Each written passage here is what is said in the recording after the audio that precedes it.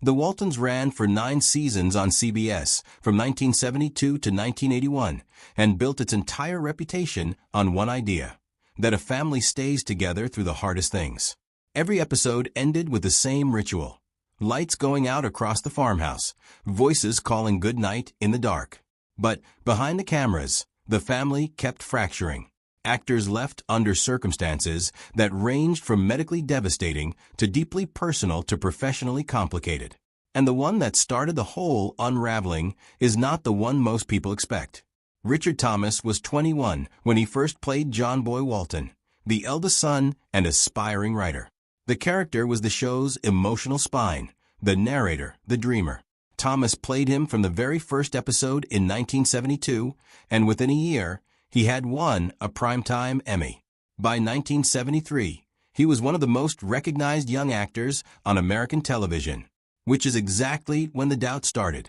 Thomas was a trained stage actor who had studied at Columbia, and he watched his contemporaries building film careers that seemed to exist on an entirely different plane from weekly family television. The longer he stayed, the more he worried John Boy was becoming the only role anyone could picture him in. By the end of Season 5 in 1977, he told producers he would not be returning.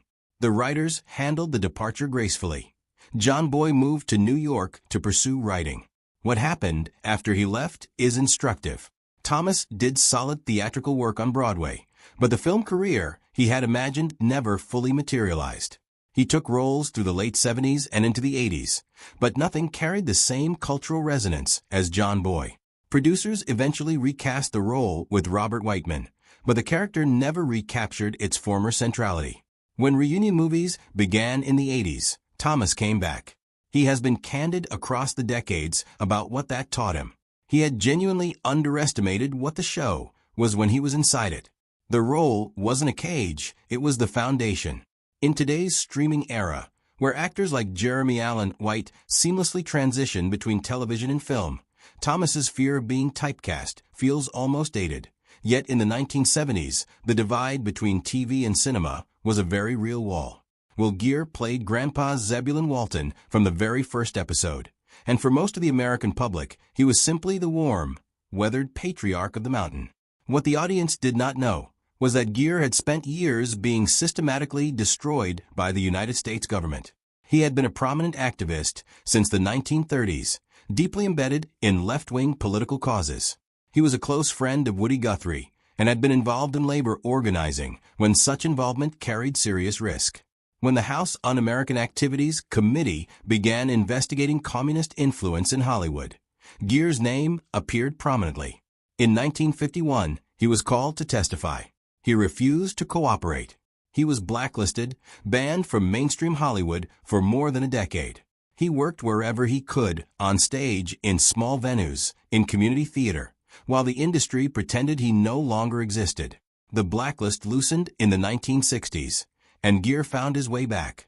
By the time the Waltons cast him in 1972, he was in his late 60s.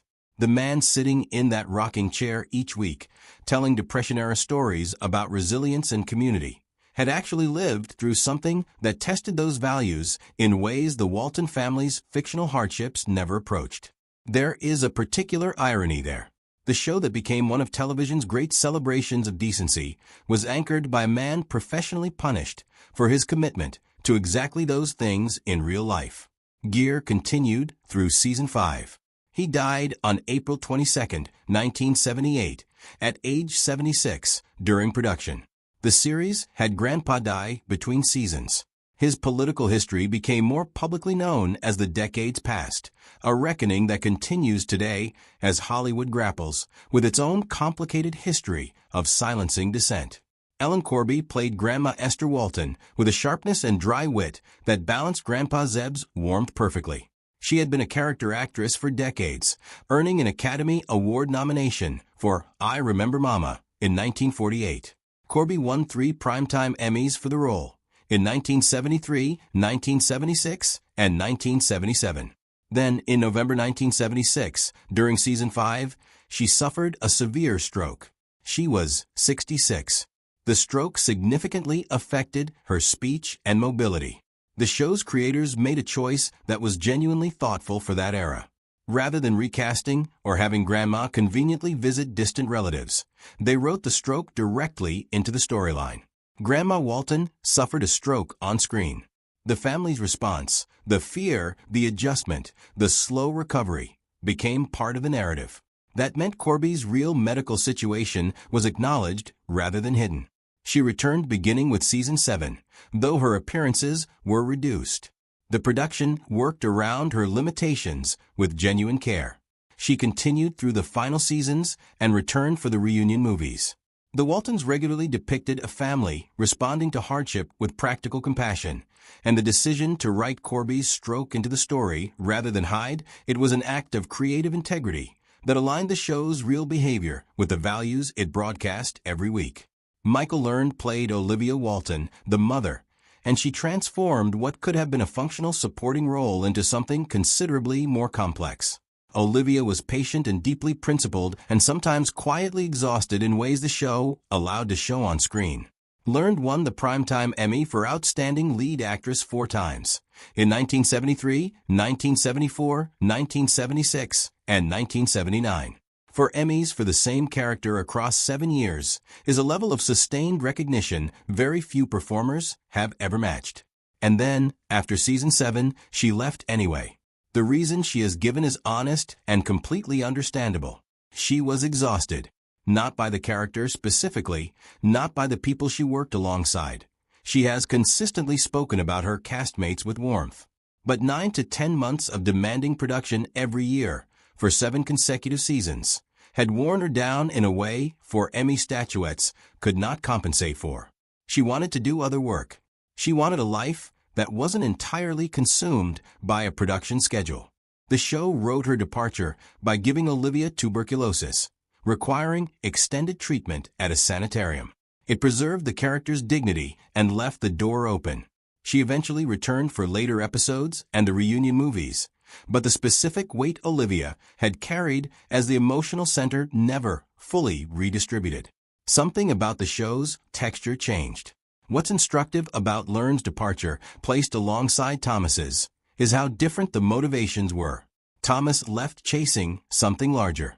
Learned left to recover something the show had gradually consumed: time, energy, the capacity to be a full person outside a production schedule. Both are legitimate reasons to leave, but they point toward 2 genuinely different ways a long-running show can cost its performers something that never appears in the ratings. Before Michael Learned ever set foot on the Walton farmhouse set, another actress had already been cast as Olivia. Patricia Neal was one of the most celebrated dramatic performers in Hollywood, an Academy Award winner for HUD in 1963. Earl Hamner Jr., who created the Waltons based on his own Depression-era childhood, specifically wanted Neal. She had a quality he believed the role demanded: grounded and weathered and quietly formidable. The problem was what Neal had survived. In February 1965, while pregnant with her 5th child, she suffered 3 massive strokes in rapid succession. She was 39.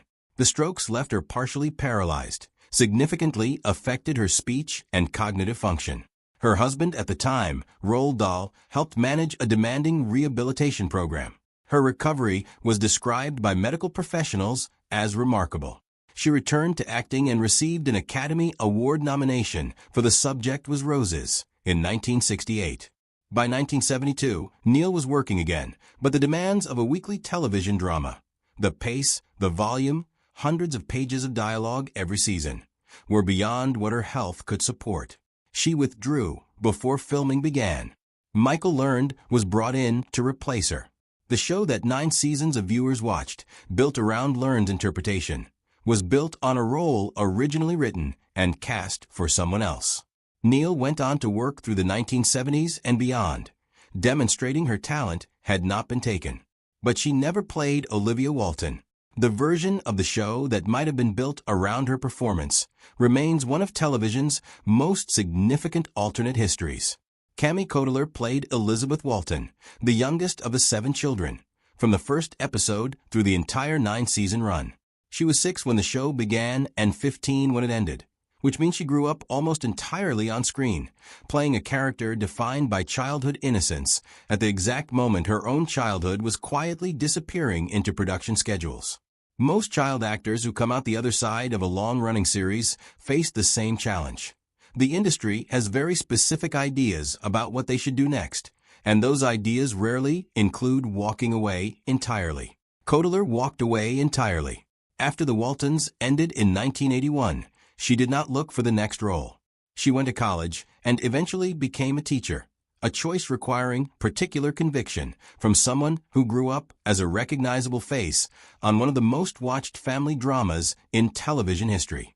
She has spoken about that choice with striking clarity. The industry she spent her childhood inside did not represent what she wanted her adult life to look like.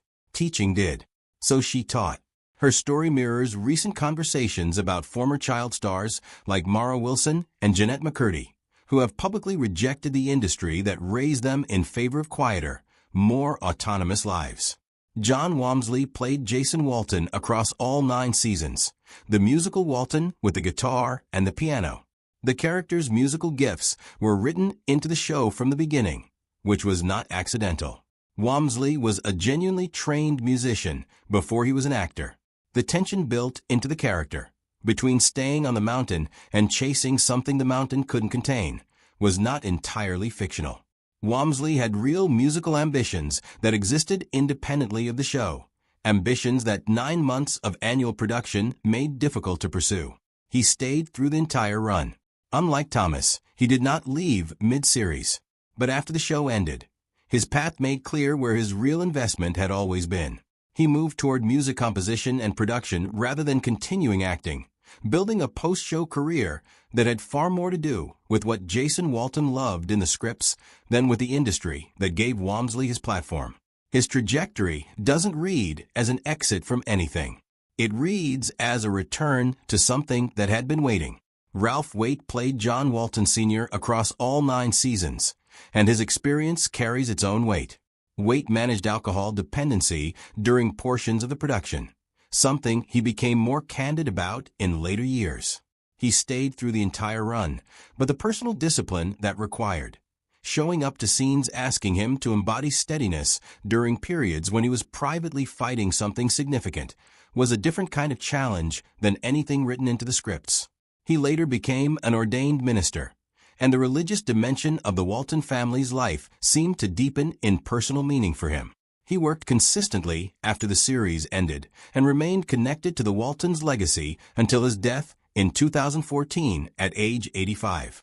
The younger cast members carried their own invisible burdens.